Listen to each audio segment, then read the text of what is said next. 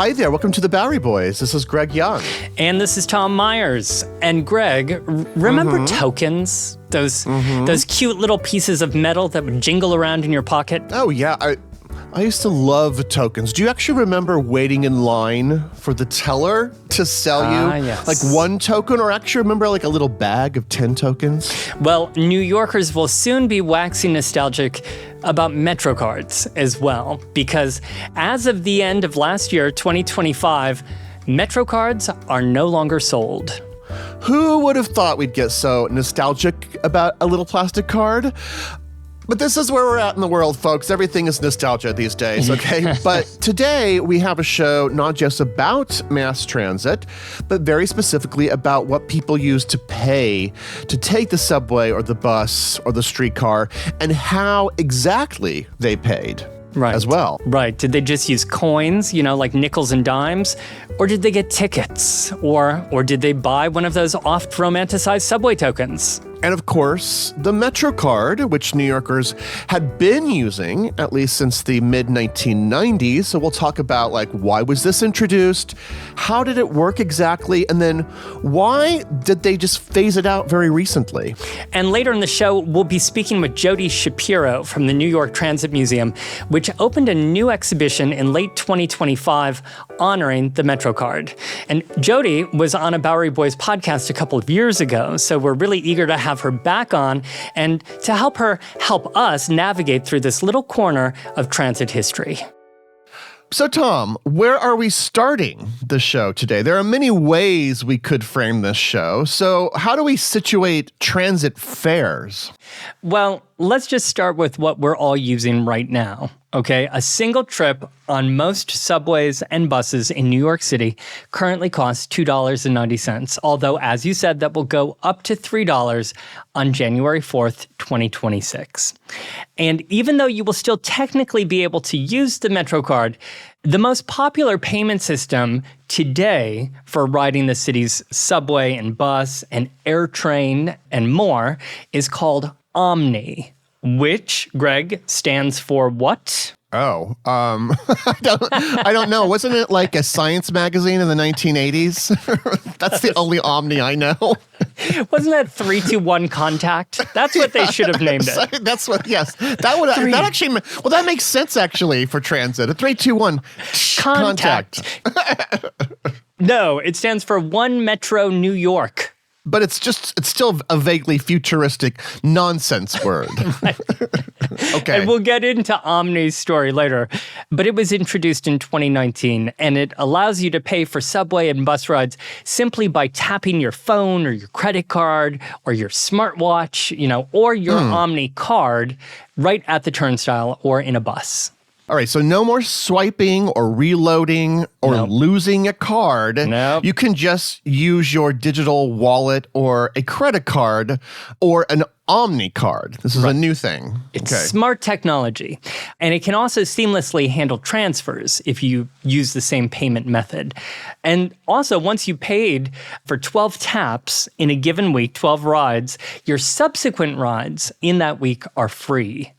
At this very moment, in mid-December 2025, you can still buy and use that previous method as well, the MetroCard, which was introduced in 1994. But as of January 2026, the MetroCard will no longer be sold. And because we're going to get into the nitty-gritty here, let's quickly discuss how you pay for the subway, okay? You tap it on the turnstile. That's right. You descend into the station, and today you pay right at the turnstile, which is equipped with an OMNY screen. It's kind of like buying a coffee, except the turnstile doesn't ask you for a tip.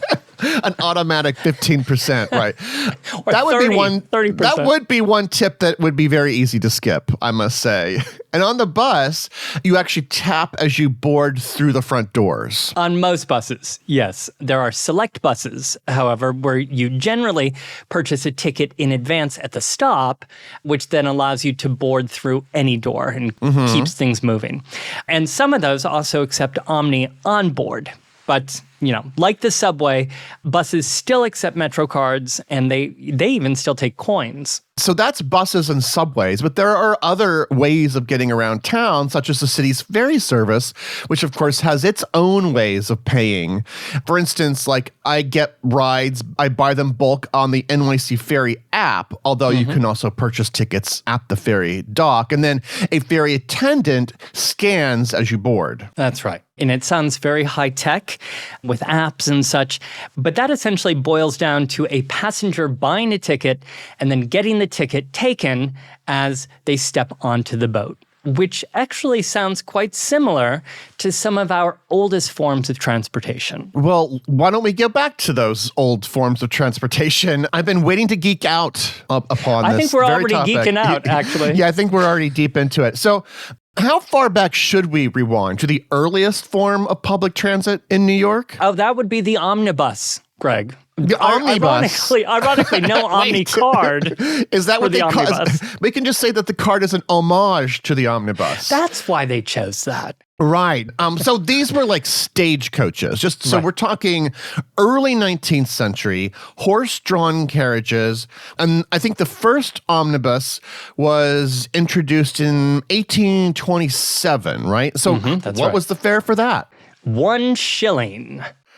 All right. Can you break that down? What's the currency converter here? That was 12.5 cents. Oh. So actually That sounds not kind of pricey. Yeah, not cheap at all. All right.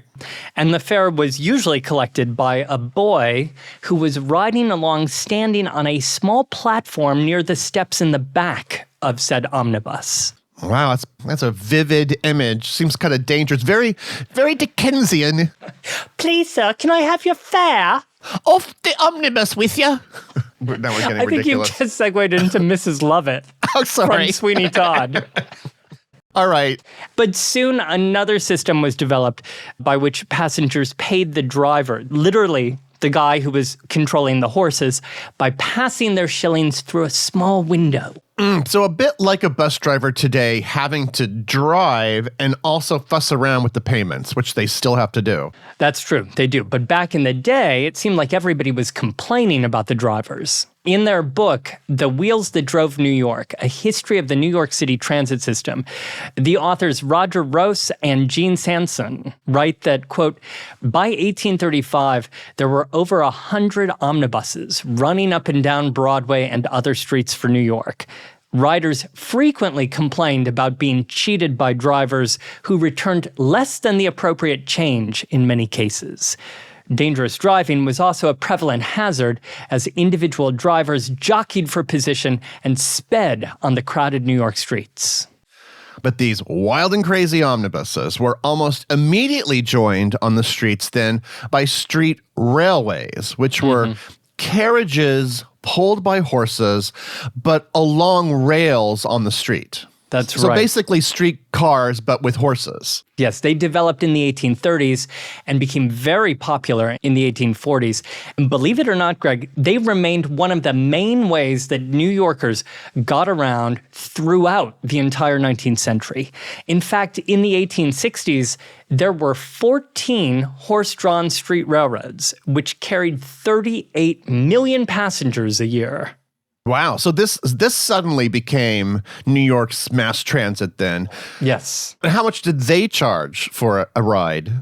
Well, the omnibuses at this point had gone down to 10 cents, while streetcars were priced at 6 cents. But as the New York Times later recalled, quote, the agony of the journey on both was nearly even, because the buses jerked along slowly, swerving in traffic, but the streetcars were packed. And according to the New York Herald, quote, the foul, close air is poisonous.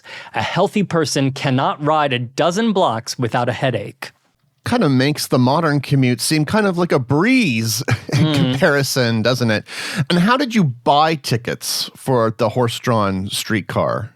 Well, in most cases, the conductor would manage to push through the cart, selling full-price tickets for 6 cents and half-price tickets for 3. A 1927 Times article described how it worked. Quote, The conductor had 2 different strips of pasteboard pinned to his coat, denoting full fare and half fare passengers, children under 12. As you paid your fare, he punched a hole in the proper cardboard strip with a punch shaped like a large pistol and containing a resounding gong. I'm confused. Would a gong sound? What's making the gong sound? When he punched his cardboard strips. Oh my gosh. What a dramatic gesture. But I didn't research that aspect too deeply. Wow. Okay, But yeah. A gong. All right. So a kind of a loud, pronounced sound as you got on. But soon there would be actually another way of getting around, because after a few decades of horses pulling passengers down at the street level, up ahead on some avenues would soon be elevated trains chugging along. Yeah, chaotic but true. As we discussed in our previous show on the elevated railroads, way back in episode number 107, the 9th Avenue Elevated was the very first to be up and running on the west side. And after a few false starts, it was finally, by 1875, carrying thousands of passengers every day. All right, so to keep track of the fares, we had 10 cents in the omnibuses, 6 cents at the horse railways. Mm-hmm. So then what are these costing? Also, 10 cents up in the elevateds. But they allowed you to literally rise above the madness of the street. It's almost like an express train in some sense. Yeah. I mean, you were looking down on the chaotic street scene below. You can see why the elevateds were so popular. And that was also a dime. So was there a law that standardized these prices? There was, yeah. The elevated fare was set by the New York State Legislature when it granted the rights to operate, or the franchise, to Charles Harvey, who was the 9th Avenue Elevated's original owner. And so would that fare be maintained like as the city introduced more elevateds? You know, because we've got many more coming, 3 more, in fact. In the 1870s and 80s, you got the 2nd Avenue, the 3rd Avenue, and 6th Avenue. So are those all costing the same? Yes, when those other elevated lines were given their franchises, the companies operating them also agreed to the 10-cent fare. They did charge double the fare, by the way, 20 cents for a seat in one of their drawing room cars. Ooh, like a VIP room? That sounds so refined. By the way, 10 cents in 1885 was about, it's about $3.35 today. So currency conversions, this isn't precise, but kind of roughly around that figure. $3. Very interesting. And interesting that the state government is actually already setting the rates here. That is, that's interesting. Yeah, and they didn't stop there, because in the early 1880s, they also mandated special rush hour fares when the fares would be half price. So they'd go down to 1 nickel. And so during rush hour, the elevateds were even cheaper than a horse-drawn streetcar. Let's bring those back. Half price rush hour trains. I can only imagine how even more crowded the trains would be if we had those today. True. So how long did this 10-cent normal fare stick around? Only a couple more years, because on May 31st, 1886, a notice appeared in the city's newspapers. I'm going to quote from the New York Times. Quote, "On and after June 1st, 1886, and until further notice, the rate of fare at stations between and including 129th and Canal Streets on the 2nd Avenue line and between and including 50th and Rector Streets on the 9th Avenue line will be 5 cents at all hours." And a few months later, in October of 1886, the 2 other elevated lines did the same thing. Now, all tickets on all elevateds were 5 cents all the time. And that's 1886. Okay, but meanwhile, things were changing back down on the street. Let's get back down to street level, because by the 1890s here, they're removing some of those horses off the street, and those streetcars are being replaced by electricity. Yep, electrified tracks were being sunk in between the rails, and those streetcars became trolleys, or electric streetcars, and they mostly ran along the same routes as the old horse-drawn lines. And this is important and perhaps the big takeaway here and worth repeating. These elevated and streetcar lines were all private companies. They had deals with the city or the state to run designated routes. Right. They had a franchise, the right to run along a specific route. In the 1890s, two businessmen, William Whitney and Thomas Ryan, backed by big financiers, bought up all of the independent streetcar companies and merged them into their Metropolitan Street Railway Company. As Mike Wallace points out in his book Greater Gotham, by 1902, their Metropolitan Street Railway Company had converted 114 miles of streetcar lines to electric lines. And they had also introduced free transfers between their streetcars. So with this consolidation, did that change the price of riding these electric trolleys? How much was this ride? Still 1 nickel. It was a nickel to ride the trolleys or a nickel for the elevateds. All right, let me just pause here because this is a very Manhattan-centric conversation so far. Because at 1890s, Brooklyn, it's about to become Greater New York, but it's still a separate city. So what are we doing out here? Well, you had your own transit system. We'll talk about Brooklyn and the opening of the subway system right after this. Just a quick reminder to click subscribe to the Bowery Boys podcast. That way you don't miss an episode. We're releasing new episodes all the time, including a brand new episode every 2 weeks. And to become part of the show, join us over at patreon.com/Bowery Boys. We have a ton of perks, including exclusive audio. Our patron support makes this show possible. And we would love to also have you join us on one of our walking tours at BoweryBoysWalks.com. You can join a public walking tour or book a private one all to yourself. So Brooklyn had its own horse cars and trolleys and elevated trains, and several of these companies merged together in 1896 to form the Brooklyn Rapid Transit Company, or the BRT, which dominated Brooklyn Transit.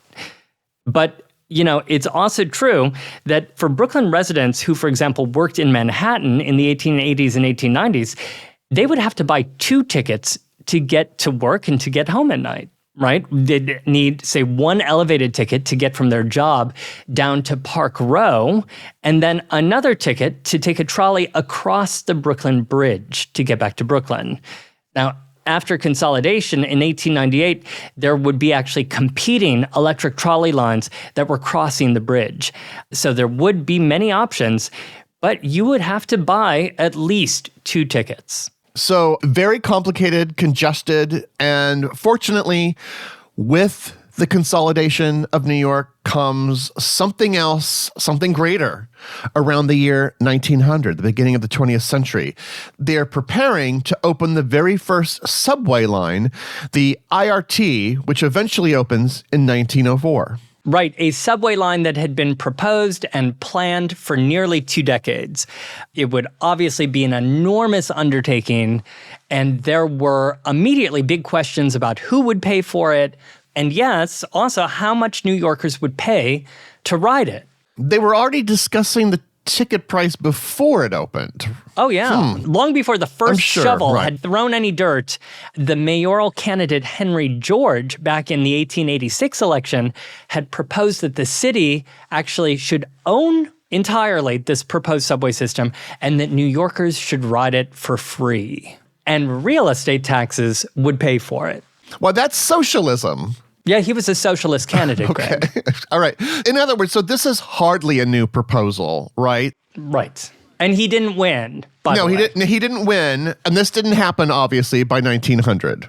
No. Instead, the city would opt to finance the construction by issuing municipal bonds, and so they would, in fact, own the entire system, but they would partner with a private company who would build it and who would also run it. Mm-hmm. And so in 1894, the New York State Legislature created the Rapid Transit Commission, the RTC, to oversee this entire complicated process. All right, so this state board, the RTC, chose the route of the subway, and they also found a private company to build it, led by John McDonald, with the financial backing of August Belmont Jr. Yes, together they formed the Interborough Rapid Transit Company, the IRT.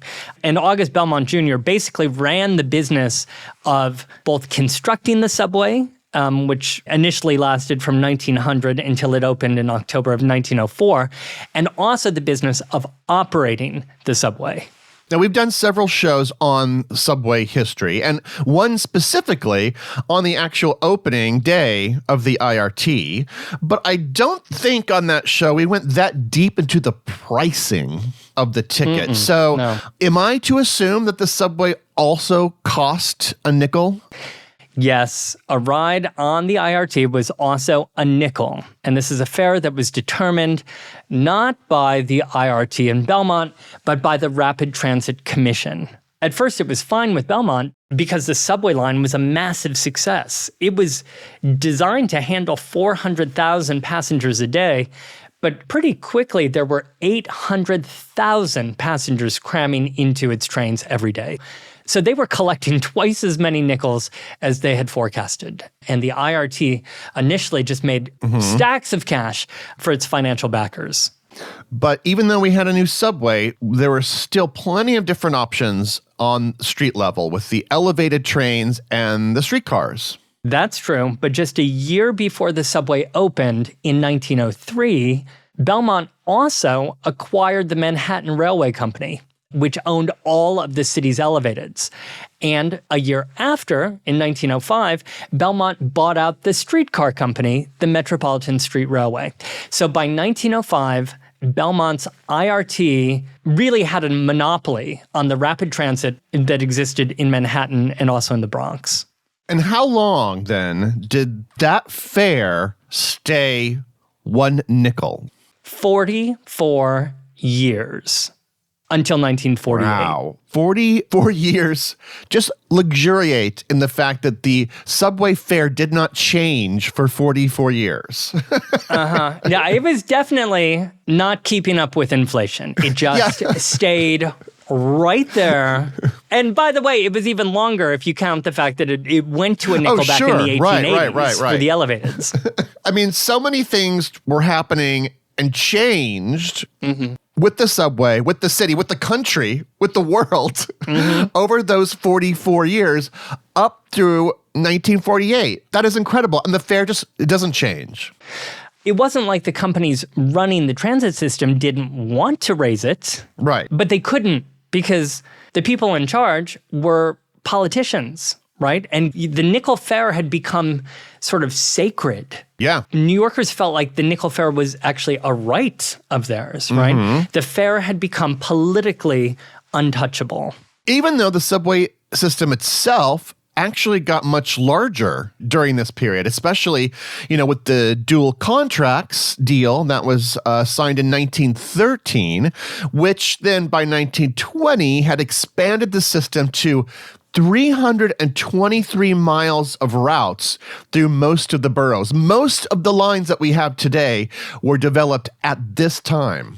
And they did it by bringing together Brooklyn Rapid Transit, BRT, which would become BMT, into the picture.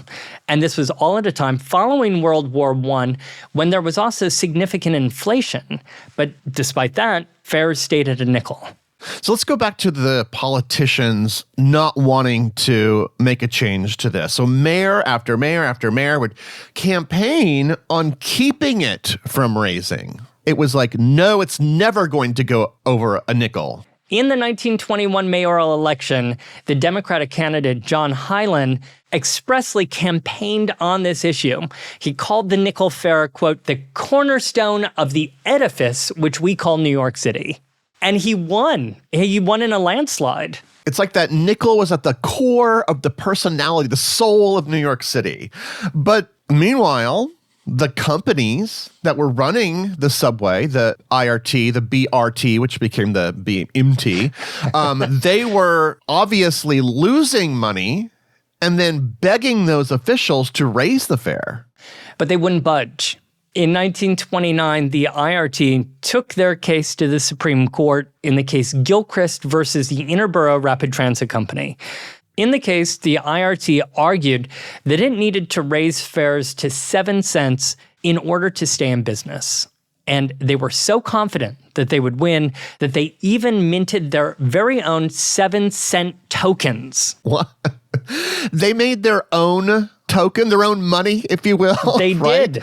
A little premature, unfortunately, for them. Right, because the Supreme Court ruled for the Transit Commission and upheld the 1913 contract, which set the rate at 5 cents. Also, 7 cents, what an inconvenient number. We don't even have pennies anymore. And that decision was in 1929, which, of course, here on the eve of the Great Depression, I imagine running the subways only became more difficult for these companies. Yeah, the IRT and the BMT at this point, which had both been such profitable companies, were now stuck in contracts that resulted in huge deficits every year. And so in 1932, the IRT declared bankruptcy and cut back on their service. And that meant fewer trains. They stopped cleaning the trains as much. There were fewer personnel. Things got very bleak, right, around the 1930s. But the trains did keep running. Because the city bought out the companies for $326 million in the 1930s. But even then, the city still did not raise the fare. And just a quick detour here. Let's freeze the story for a moment. How did you pay your nickel fare? Oh, yeah. Like, who did you give it to? What was the actual process? Well, this would change over the years. But in the beginning, you lined up and you bought a paper ticket for a nickel from a seller who was inside a smart wooden ticket booth down by the platform. A paper ticket, so kind of like you were going to the movies. That's right, Actually, yes. And then you would hand it over to another attendant who took the paper ticket, like at a movie theater, and then fed it into a machine called a ticket chopper, which was a kind of shredding machine. And once it was shredded, you could then proceed. This sounds a little bit like a few extra steps, a bit cumbersome, on very least inefficient. I mean, their options were pretty limited at the time. And even worse, the IRT discovered that many of its agents were pocketing many of those nickels. So there was theft happening too. And I mean, the evidence was shredded. So they rolled out a new invention called the featherweight pressure gate. You would now drop your nickel into a slot, which triggered a pneumatic mechanism, and the gate would then turn with barely any pressure. I love a good pneumatic mechanism when it pops up on the show. There's a lot of that going on in New York in the early 20th century. But this sounds to me like a turnstile. That's right. And it had a very distinctive sound to it, which actually soon became synonymous with the subway itself. Over and over again, you would hear the drop of the nickel, the pneumatic hiss of the lock being released, and the spin of the wooden turnstile arms. Drop, hiss, spin. I can kind of hear it right now, even though I was never alive for those. I can hear the modern equivalent, certainly, that plunk. Of course, there were catches. I found an AP article from January 4th, 1922, stating that this featherweight pressure gate had a new hobby. Quote, "It's been discovered as a prodigious collector of old, curious, and frequently rare coins." So people would just drop any old thing in there. I'm sure things that were worth less than a nickel. Yes. Well, apparently, according to the article, flattened pennies worked. Oh. I feel like they shouldn't have printed that. But regardless...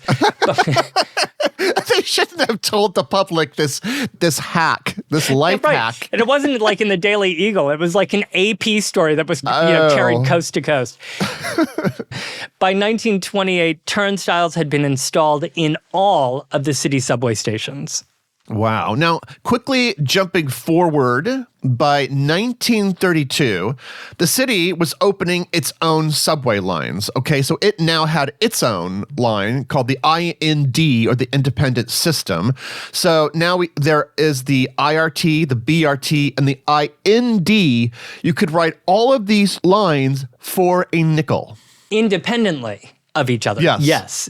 You couldn't transfer between the systems for one fare. So if you were on the IRT, but then you wanted to transfer to an IND or BMT line, you'd have to exit the system, climb up to the street, and then re-enter the other system, paying another nickel. But this whole mess would soon be cleared up when, in 1940, the city bought out officially the IRT and the BMT, combining it with the IND into one subway system, which did allow finally for free transfers. And so then at this point in 1940, didn't they at last raise the fare? Nope. It still was not politically feasible. But their unwillingness was not only bad for subway service, it was now actually also bad for all city employees. Yeah. Because the city was also limited in how much debt it could incur. And city salaries had begun to take a hit. Salaried employees could not get raises. Other projects that the city dreamed of were deferred or were impacted, all because the city was losing so much money on their fares. Finally, by 1948, Mayor William O'Dwyer bit the bullet and announced a plan to raise fares to 10 cents on July 1st, 1948, doubling the transit fare for subways and elevateds overnight. The next day's Daily News has this double-page photo spread, which really captures this moment. I mean, there's a photo of police officers holding up 10 fingers to passengers to remind them that they needed to drop a dime in the turnstile and not a nickel. Did this doubling of the fares fix the budget problem? Not really. There were profits, but just for 1 year. But the bigger financial picture was really bleak. There was just too much to fix. And there were new trains to buy, and riders were just not happy. So less than 5 years later, in 1953, the Board of Transportation, which had been overseeing all of this with political influence, was abolished, and it was replaced by a new entity called the New York City Transit Authority. This new entity was expressly insulated from city politics, and they were thus in a much better position to make hard transit decisions, including the fare. And they would have no problem raising the price of the fare. We'll get to the next fare hike in 1953, and the next, and the next, and the next. And the next. Right after this. So as you left off, the city's subway systems are now completely consolidated. And then in 1953, the Board of Transportation, which had previously run those three subway systems, was streamlined into the New York City Transit Authority. Now, Robert Moses, I've just inserted him. He's not going to really be a part of the story. Yeah, I feel like we needed a name drop, though. Was he in the outline? No. He's not responsible for the creation of the subway token. He's not in the story, but he has an influence here. Because we're talking about authorities. Right. For example, the Port Authority, which oversees regional transportation today. But already, back in the 1930s, Moses had great success with the Triborough Bridge and Tunnel Authority, which was the operating body that eventually oversaw all the bridges and tunnels in New York City. Authorities, through public bond sales and the collection of tolls, were a great way to run large public utilities that required constant upkeep and growth. But one of the big reasons for the creation of the New York City Transit Authority was actually to put operation of that subway system in the hands of the state government, in order to run it more efficiently. Because the entire system was losing money, as we've just been discussing, and they were incapable of raising the fare without enraging the entire city. Now, one of the things that people liked about that cheap fare was that first it was a nickel, and then in 1948 it was a dime. But, at least you had a dime in your purse. You had a dime in your pocket. It was a coin produced by the federal government. But with the New York City Transit Authority taking over, that responsibility was effectively taken out of local politicians' hands. In other words, the public could no longer pressure a politician for his or her election because of the price of the fare. So then, in 1953, the New York City Transit Authority, they're now responsible for the line, they bumped the fare up to 15 cents. Now, you can imagine that this is the conversation at every bar, automat, lunch counter, gas station, church, lounge, throughout the city when they did this. It just seemed like too soon. What an upheaval. 15 cents. And by the way, there were no 15-cent coins, right? What were you supposed to do? Put down a dime and a nickel? Put in 3 nickels? How was that supposed to work? No, Tom, because now you would have to buy a token. So instead of having pockets of nickels and dimes when you went out for your daily activities, now you could just go to the booth and buy 1 token for 15 cents. Now, New York did not, of course, invent the token. Other cities were already using tokens in their transit, but this was a significant change for New York. And it required an extra step in the commute. And it was, at first, a technical nightmare. I mean, think about this. You have to change an entire system, which took currency, and now it's going to take something entirely new. So subway tokens began selling on Wednesday, July 22nd. So that was to give people a few days. And then the whole token system went live on Saturday, July 25th, 1953. They, wisely wanted to test the system on a weekend, not a business day, just in case something bad happened. So then machine conversions actually happened the night previous, like overnight from Friday into Saturday. According to the New York Daily News, under a headline that I think that you will appreciate, Tom, tokens await baptism of ire. So dramatic. Quote, a maintenance man completed conversion of the last of the city's 2,076 subway and L turnstile coin boxes by reducing the diameter of the slot by 0.055 of an inch, the difference in size between the dime and the token.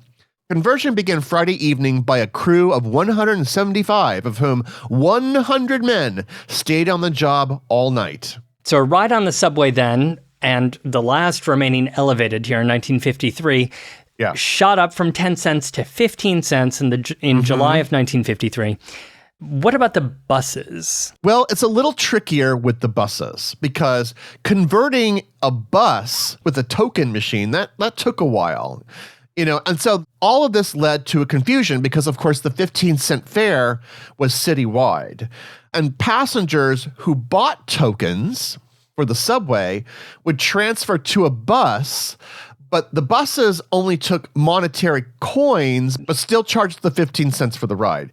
Keep in mind, subways had booths, which could be refit for token sales, but a bus driver was doing all of that by themselves. They couldn't sell tokens out of the bus. In fact, bus drivers would continue to take regular currency. They would even make change for commuters until the year 1969, when riders were then finally required to have exact fare or a token to ride the bus. But up until this point, you could bring $1 in and the bus driver would give you change back. It's a small detail, but it's a significant part of the story, actually. Because now with tokens in the mix, well, the MTA could actually more easily raise the price of the fare, right? They could now change the fare without having to change any of the turnstiles. Right. It's worth whatever they said it was worth. It's almost like they were making their own form of currency. Believe it or not. So naturally, with that thought in mind, within 6 months of the debut of the token, the cops actually busted a massive token counterfeiting operation in Jamaica, Queens. Counterfeit tokens. Do tell more. Well, according to the Brooklyn Daily Eagle, quote, 3 men, one, a Bay Ridge salesman, were arrested today by members of the Manhattan's DA office on charges of counterfeiting almost perfect subway tokens. The counterfeit ring had circulated between 50 and 75,000 phony coins at about 1/3 of the 15-cent value of the transit authority tokens. Identified as the mastermind of the ring was Bernard Discount, age 36, president of the Stellar Tools and Manufacturing Company in Jamaica. I'm sorry, his name is Bernard Discount? Yes, the crack counterfeiter Bernie Discount. I need a Martin Scorsese, Safdie Brothers bio action film on this ASAP with Bernie Discount as our anti-hero. But it could not really have been that easy. Did they look like tokens? Well, no, they weren't normal-looking coins. And because of this, I'm not surprised to see that a former hardware store owner would think that he could make them because they're trickier than sort of a normal solid piece of currency. For instance, the original actual tokens, the non-counterfeit kind, were solid brass with the letter Y cut into it, literally cut like a hole in a Y shape. So it said NYC, but the Y was a drill cut. Which, among other things, made it easier when you were just sticking your hand in your pocket to distinguish the token from the other, nickels and dimes and pennies that you had in there. Right. And this was actually why they did this. All varieties of the subway token that we will see over the years here would have either like a unique texture or would have punctures into it so that you weren't spending a couple minutes at the turnstile, like picking up coins out of your pocket and trying. You could identify it when you're looking at it in your purse while you're fishing for your change. In fact, in 1979, there was briefly a Diamond Jubilee edition that had a small little diamond cut into it. Then, during the early 1980s, there was no die cut, but rather a ridged ring with the NYC logo in the middle. Then further, in the late 80s, they liked that grooved ridge so much that they even made it thicker. So basically it was all this like circular ridge with a tiny silver center that looked a little bit like a bullseye. Ah, this one I recall. Mm-hmm. So the shape and the design kept changing, as did the price. Yes. We should say, quite significantly too, because we certainly didn't pay 15 cents for tokens when we moved to New York in the early 90s. No, we didn't. Now, there is a much larger story that we're going to sidestep from this point forward, which is the overall funding of the transit system, which gets more and more complicated, and how much of those fares going into that funding were used in operation costs, maintenance, and expansion. As fun as that topic is. I mean, that is, of course, the principal reason for raising the fare, but let's continue to kind of look at this from the perspective of the commuter, the changing fares and the effects upon the commuter. Let's just say as the system got older, it costs much more money to operate, of course. Meanwhile, however, and this is a very big part of the story, the city's population begins to plateau in the 1960s and 70s, and then even declines. And then, of course, due to other factors, including the safety of the subway system and the quality of the ride itself, ridership then starts declining. So not only are there fewer people in New York, but there's even fewer people riding the subway. But of course, the subway still needs to operate and operate 24 hours a day. Yes. So the fares have nowhere to go but up. Yeah. So back in 1953, the fare went up to 15 cents. How long did it stay there? It was 15 cents until the year 1966, when it gets raised to 20 cents. Then 4 years later, 1970, 30 cents. Interesting that they skipped the quarter. 25 cents, goes right to 30 cents. Then 2 years later, 1972, 35 cents. 3 years later after that, in 1975, to 50 cents. Whoa. And on, these gradual little increases until in 1986, the fare became $1. So in less than 35 years, from 1953 to 1986, the subway fare went from 15 cents to $1. Yes, and that is if you paid for it. True. Because a great many people just simply refused to pay the fare. According to the New York Times, in 1987, when it was $1, the New York City Transit Authority estimated that it lost $100 million a year to fare beaters.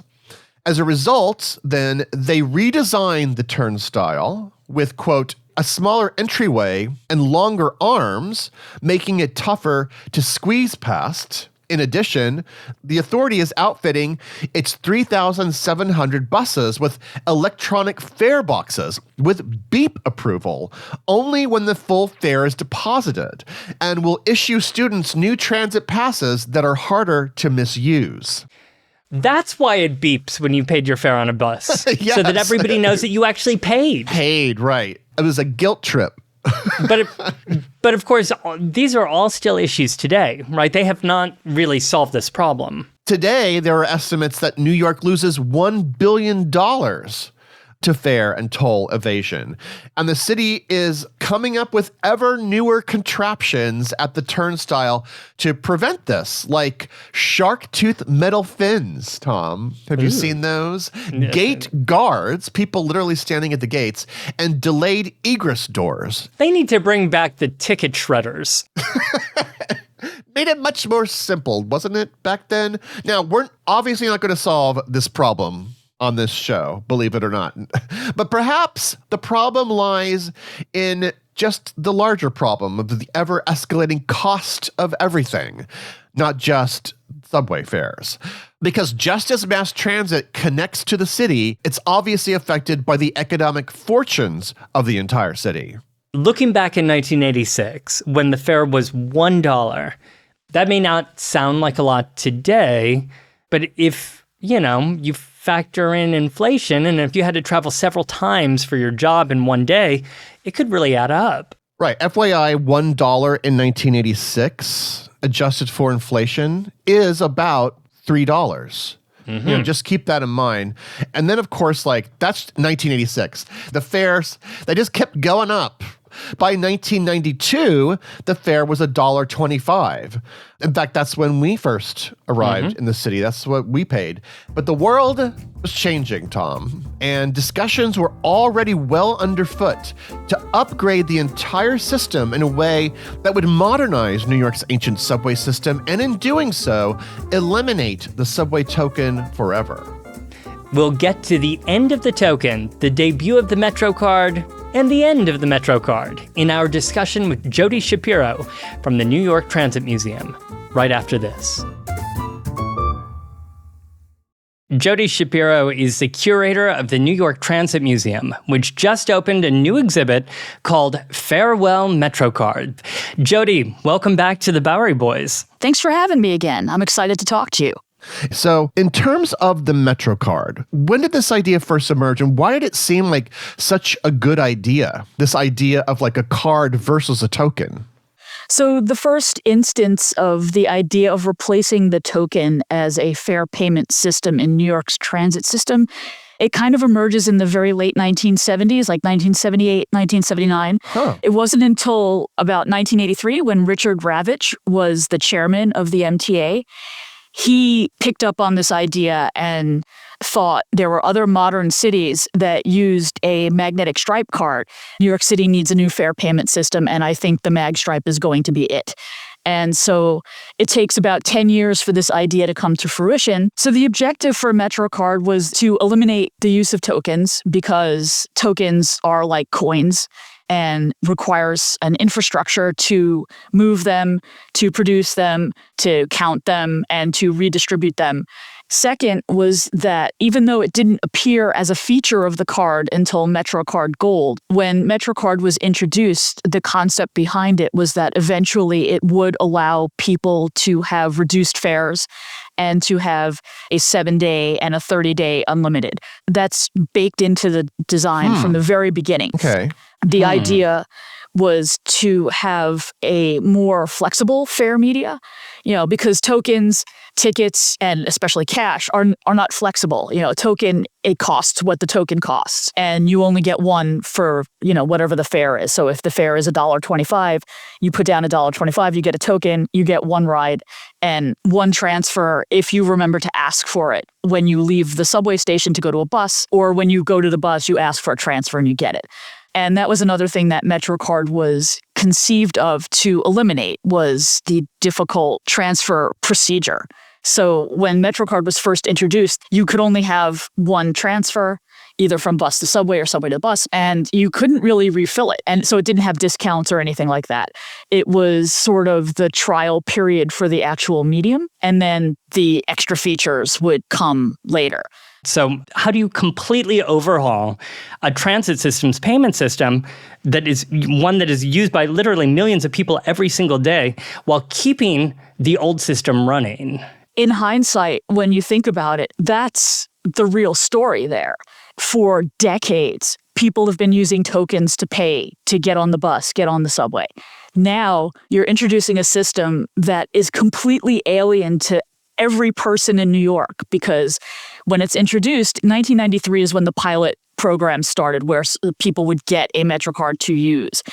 You're introducing a magnetic stripe card to pay for the subway and the bus, where that's not a system that's used pretty much anywhere in New York for anything unless you work at a company that has, the swipe card access for high security areas.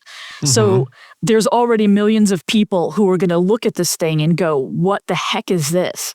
So there's just that, the psychological components, the educational components, where the MTA and New York City Transit are going to have to teach people how to use this card.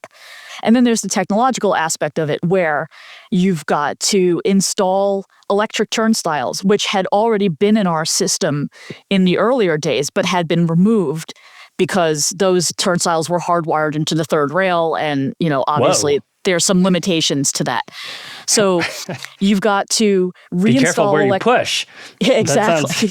You've got to reinstall these electric turnstiles. All the high entrance turnstiles that used to accept tokens now have to be redesigned, reinstalled with these card swipers and token slots also, because the idea is to have both systems concurrent with one another until such time as the authority decided to get rid of the token completely. They knew that there was going to be a learning curve.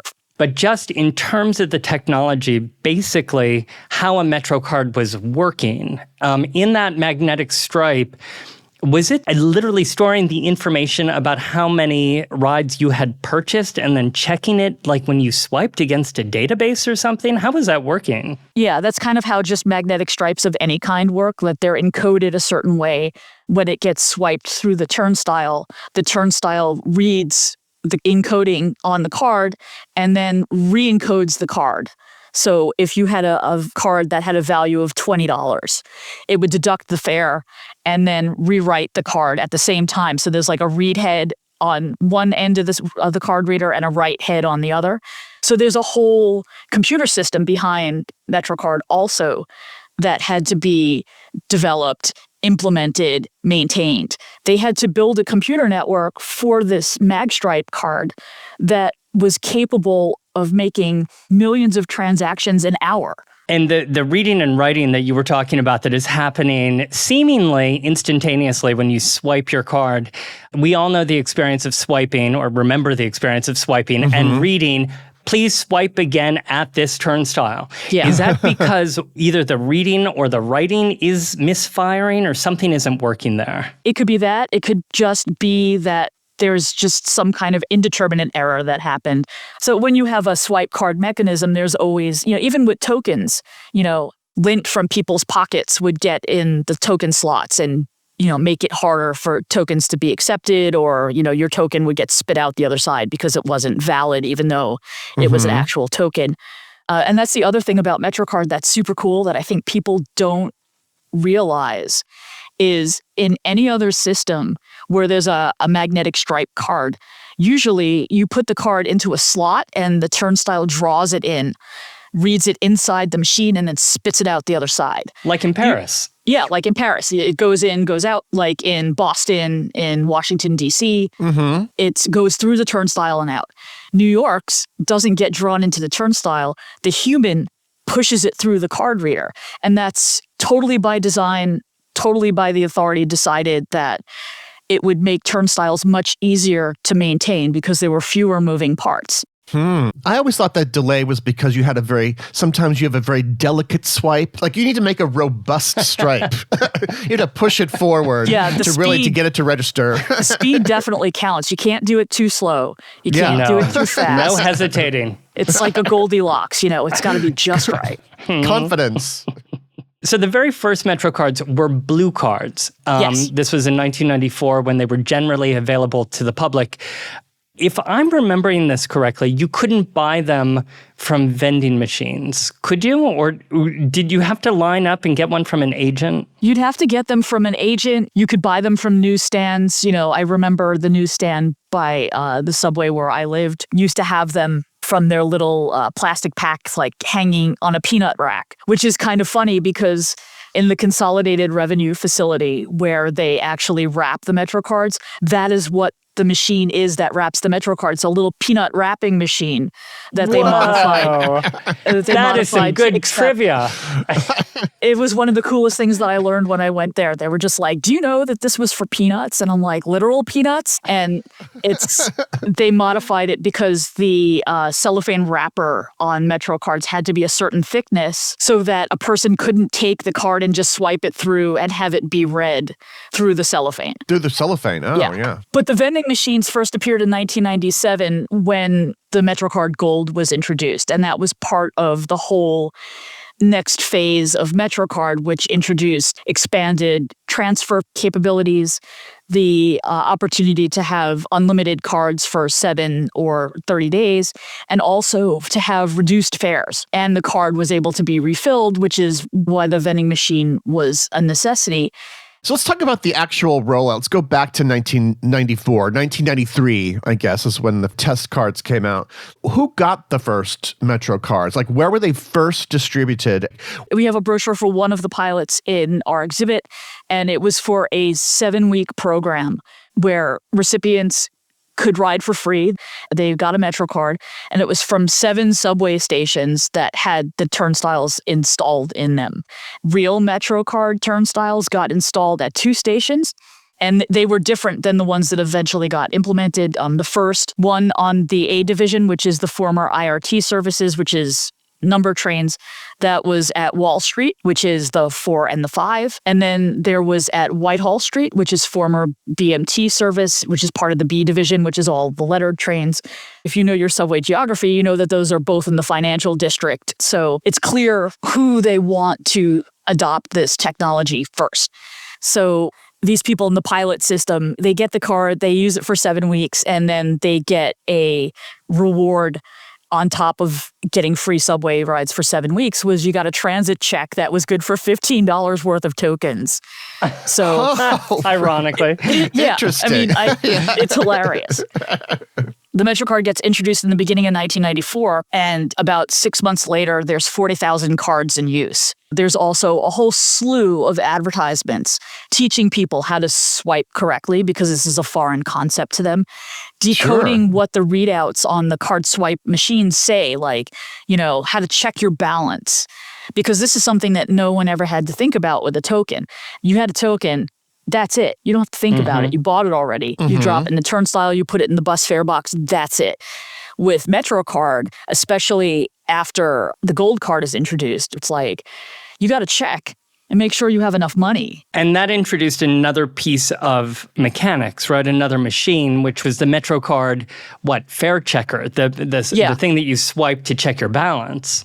Yeah, the balance checker. And so you've got the turnstile, and then you've got this little squat machine that's by the token booth. Sometimes it's attached to the token booth window, so the booth agent can watch you do it. This also introduced the anxiety of New Yorkers going through and checking their balance, and it's like 25 cents on the card. I'm like, what do you mean 25 cents? What am I supposed to do with this? But I should also just add really quickly, because you mentioned this earlier about the tokens, because this really is the beginning of the end of the tokens. So how long then are tokens kind of kept around? Because people could still pay for many, many years after the debut. It was about a decade. The last token was accepted in 2003. It took maybe 7 or 8 years for the entire MetroCard network to be installed. When did the MTA introduce the gold MetroCard, and what were those, big incentives to get people to switch over? It was July 4th, 1997. The big change, besides the visible change from blue to gold, is that MetroCard Gold signified a new way to encode the magnetic stripe that would allow for more fare flexibility.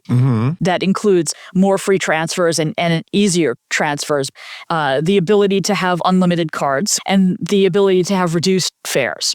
So this is a game changer, especially the transfers, because New York had, for many, many years, there was a bunch of two-fare zones, which meant if you lived in the part of Manhattan that bulges where like Alphabet City is, in order to get to the closest subway, sometimes you had to take a bus or even two buses to get there.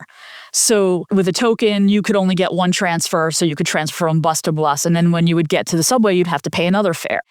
Even with the blue MetroCard, you could only get one transfer, so you still had to pay twice.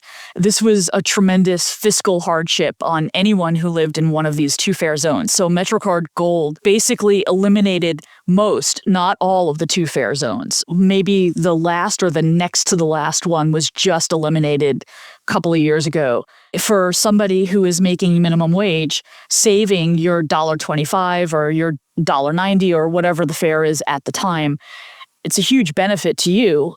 And those unlimited cards that you mentioned, where you could buy 1 week or 2 weeks or a month of unlimited rides for one set price, that was a game changer too. But I'm also remembering, I used to buy like $20. I'd put $20 on it or buy 10 rides. Maybe that's what it was. And then I'd get a bonus. Yeah. And that's also the sheer genius, I think, of being able to encode the mag stripes in this way, because everyone loves a bargain, but especially New Yorkers. Generally speaking, with all of these changes that you're talking about in terms of equity of fares, et cetera, and these sweetening the deals with these unlimited rides, what kind of an effect did introducing those kinds of deals have on ridership? Was there a noticeable change in ridership that could be measured? Well, this was also a period of time that is just post the significant rebuilding and reinvestment in our system, because as you guys definitely know, in the 1970s, there was a fiscal crisis and our transit system had been suffering from disinvestment and delayed maintenance for a long time.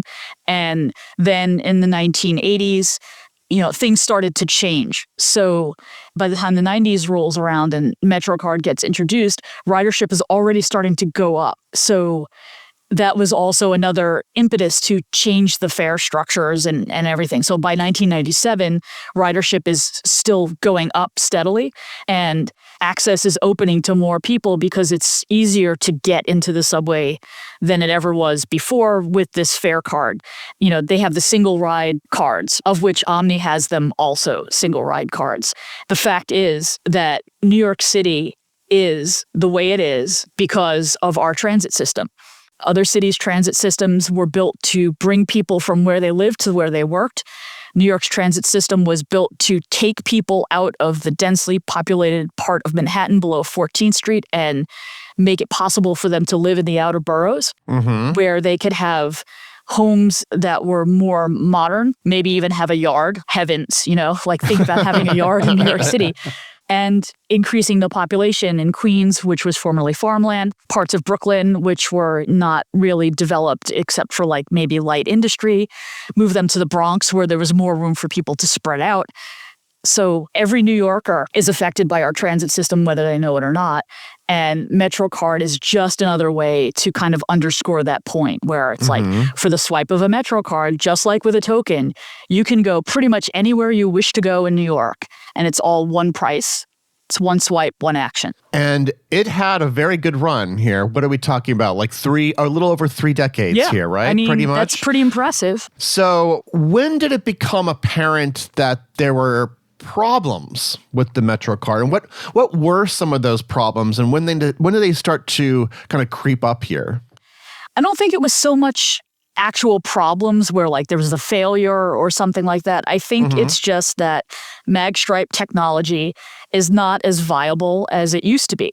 And other things have supplanted that technology. And that's the tap card.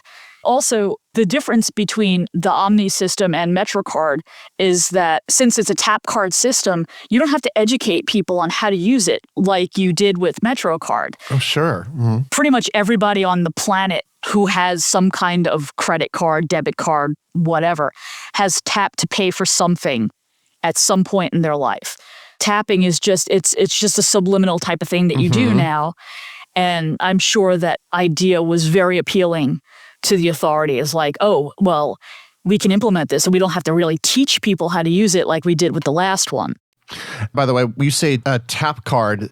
In a way, it has become just like a regular credit card. But, many people don't actually use it as a card. They have it on their phones. Yeah. It has to have some versatility because some people don't have phones. The Omni system, as I understand it, is something called an open loop system.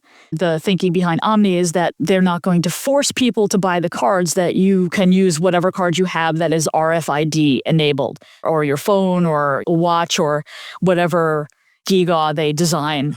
And it doesn't matter what type of credit card you have, which is also cool. I mentioned before that I was part of the Omni pilot program, and the card that I got to use was a Diners Club card.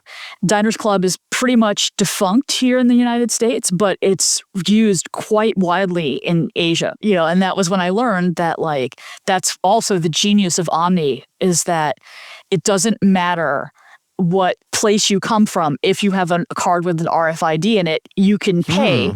And that's also the key point of Omni, is that Omni is not transit currency. The token was transit currency. And what I mean by that is that whatever currency you carry in your pocket, you've got to convert it to American dollars and then buy a token or buy a MetroCard with it. Omni, you don't have to have that transfer. So you can pay for your OmniTap. It doesn't matter if you're paying it with dinar or, sterling or yen or rupees or whatever. It is what it is. It's like a one-to-one transaction. And that's the technological leap that Omni has introduced to our system. And a very key advantage in a city that is a city of immigrants and tourists. Yes. Right? Yeah. It's eliminating another barrier to entry. So if you land here and you get to your hotel and you're like, I'm going to go exploring. Oh, wait, I have to convert my money into American dollars. Well, you don't have to do that to get on the subway. But you can take your Omni card to the New York Transit Museum to see this brand new exhibit called Farewell MetroCard. So what's on display, and then how long will it be running? It is a very brief overview of MetroCard and how it came to be used in our system. We've got a prototype of the MetroCard vending machine in there. We've got a lot of advertising materials that taught people how to use the card and what the features of the card are, announcements about MetroCard Gold. We've got the Cardvark, who was supposed to be the mascot for MetroCard, but how'd that work out? Did not happen. But we love Cardvark very much, so there is going to be a large Cardvark that people can stand next to and take selfies with. One of the plans for Cardvark was to make him a suit, like a furry suit, and have him be in Times Square and like teach people about MetroCard and sell them. And the first thing I thought of was like Cardvark and Elmo duking it out over MetroCards. And it's very likely they might duke it out in Times Square. I've seen some of those costume people. I'm dropping in just to check out Cardvark. I can't wait to see him. Cardvark is the best. We love him here. Jody Shapiro is the curator of the New York Transit Museum, located in downtown Brooklyn at 99 Schermerhorn Street. Jody, thank you so much for joining us today on the Bowery Boys. Thanks for having me back. I'll come back anytime. We would love to have you back next year. So thank you for being here. Thank you. Visit our website, BoweryBoysHistory.com, for all your New York City history needs. And within the website posting associated with today's show, we'll also have images from our visit to the New York Transit Museum and, of course, a list of some of the subway-related shows that we've done over the years, all in one place. Throughout 2025, we have been so proud to be sponsored by Founded by NYC, which is celebrating New York City's 400th anniversary in 2025 and the 250th anniversary of the United States in 2026. And we are going to keep the celebration of New York transportation going, shall we, Greg? Mm-hmm. We have been talking a lot about the subway system today, but let's give a little bit of love to the New York bus system, which gets you really directly to all of those places that the subway sometimes can't get to. For example, depending on which corner of the city you're coming from, it can be easier to get to places like the Bronx Zoo or the New York Botanical Garden by bus. We'd like to once again give a shout out to the extraordinary New York Transit Museum. They have restored subway trains and buses, which are just a wonder to behold. The museum is actually itself in a former subway station. They have rotating exhibits, such as the MetroCard one that we just discussed. And for those who really want to get in deep, they have an extensive archive that you can apply for ahead of time to do research. There's also a New York Transit Museum satellite museum inside that great wonder of transportation itself, Grand Central Terminal. And while you're there, check out the constellations in the main concourse's vaulted ceiling, and then go down to the lower level of the station for a martini and an oyster pan roast in the Oyster Bar, while admiring its Guastavino tiles. That is a true New York City moment. Read all about the New York City transit system and the other world-class institutions commemorating the 5 boroughs' legacy of groundbreaking achievements, and find ways to celebrate the city that's always making history at foundedbynyc.com. Over on patreon.com/BoweryBoys, we just recorded our year-in review episode of Side Streets, which is our Patreon-only podcast where Greg and I talk about all kinds of things, not just history. In fact, sometimes we veer very far from history. Mm-hmm. But this is a special year-end show because it's been a very special year. So to go behind the scenes with us and to hear this special episode, join us over at patreon.com/BoweryBoys, where for a small monthly donation, you really help support the show and get free goodies along the way, including merch, early show releases, early tickets to things, and much more. In fact, we'll be adding a few more extras in 2026. I'll be posting a few surveys over on Patreon to get your thoughts on this. However, starting next month or in 2026, I'll actually be letting patrons in on my book writing process. As some of you know, I'm working on a side project, but one of the many crazy things which has happened in 2025, and I'm coming up with so much cool research. I'm just like, I kind of want to share it with people. So I will be sharing some of the research, some of the story, some of that process for those who support us on Patreon. That will be new for patrons in 2026. So stay tuned. You can join the fun at patreon.com/BoweryBoys. Be sure also to head over to Bowery Boys Walks. We have a few spots left on our very popular Christmas in Old New York walking tour. It's very festive this time of year. Of course, there are all the other big name tours operating throughout these winter and early spring upcoming months. But I just do want to make a special call out to the Bowery Boys Walks gift certificates, which make a great last-minute stocking stuffer for the New York City history enthusiast in your life who you need to get something for. So you can join a tour or buy a gift certificate over at BoweryBoysWalks.com. This show was edited and produced by Kieran Gannon. So have a wonderful holiday, everybody, and a very happy new year. And have a great New York week, whether you live here or not. See you next year.